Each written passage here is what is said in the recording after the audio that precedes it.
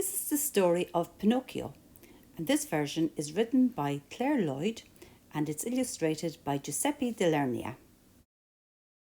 There was once a poor and lonely toy maker named Geppetto.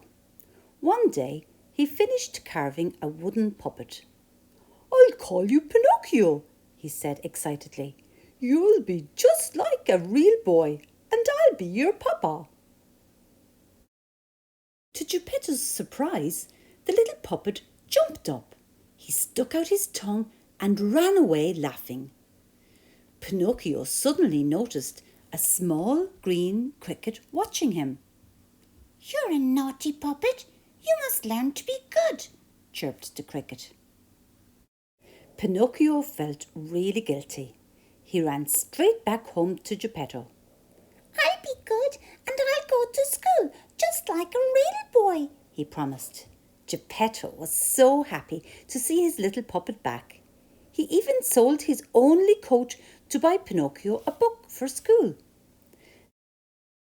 The next day, Pinocchio started school, but he forgot all about his promise to Geppetto when he spotted a new puppet show on his way to school.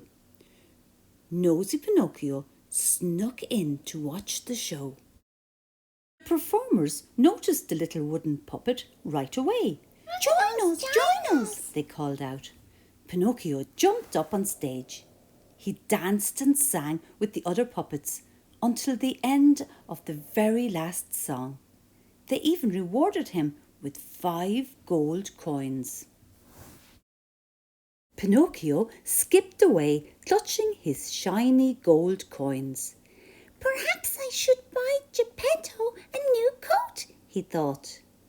All of a sudden, a fox and a cat appeared beside him.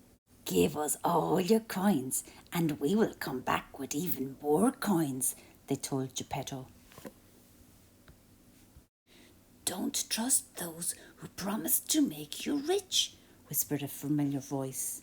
It was the little green cricket. Poor Pinocchio didn't know what to do. The longer he took to decide, the angrier the fox and cat became. Suddenly, the sneaky cat stuck out his paw and tried to snatch Pinocchio's coins. Quickly, Pinocchio ran to a tree and climbed as high as he could. Try as they might, the fox and cat couldn't reach him or his golden coins. They grew tired waiting for him and they left. But poor Pinocchio was stuck up in the tree. Just then, a magical blue fairy appeared and helped him down from the tree. She led him to her cosy cottage, where he told her all about the fox and the cat. Pinocchio wished he had gone to school like a good boy. "Where are your coins now?" asked the fairy. "I lost them," lied Pinocchio. He didn't want the fairy to steal his coins. And suddenly, his wooden nose started to grow. His nose grew and grew and grew. It grew so long that a magic woodpecker had to peck it down to its usual size. "Your nose grows when you lie. Only naughty children lie," warned the blue fairy. The blue fairy decided to forgive Pinocchio for lying.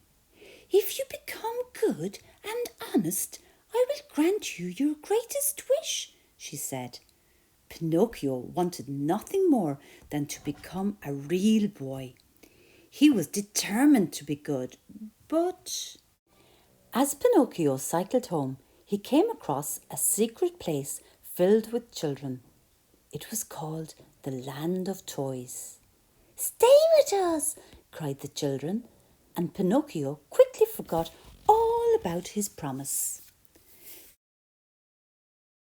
The cricket watched for weeks as Pinocchio stayed up late playing games with the children, until one day Pinocchio's ears started to grow long and furry.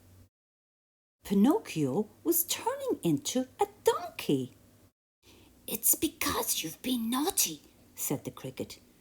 When you didn't go home, Geppetto tried to find you, and now he's lost at sea.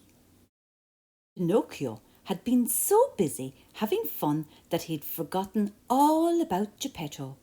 He ran straight into the sea. I'll find you, Papa, he cried. As Pinocchio swam and swam, he didn't notice that his ears had turned back into wood. And suddenly a huge wave swept him into the open jaws of a gigantic shark. Now he'd never find Geppetto. Pinocchio looked all around in despair, but then he noticed a familiar figure had also been swept into the shark's mouth. Papa! He cried out in happiness.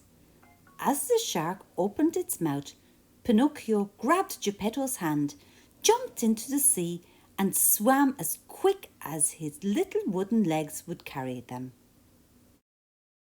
I promised to take better care of you, Papa, Pinocchio said when they reached the shore. Geppetto quickly forgave his son, and the two returned home. Pinocchio kept his promise.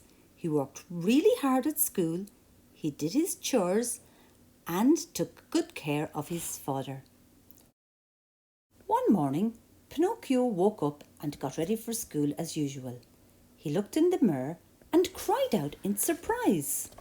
Papa, Papa, I'm a real boy! And Pinocchio was quite possibly the happiest boy in the whole world. Pinocchio was a very good boy after that, and he never told lies to his papa again. The end.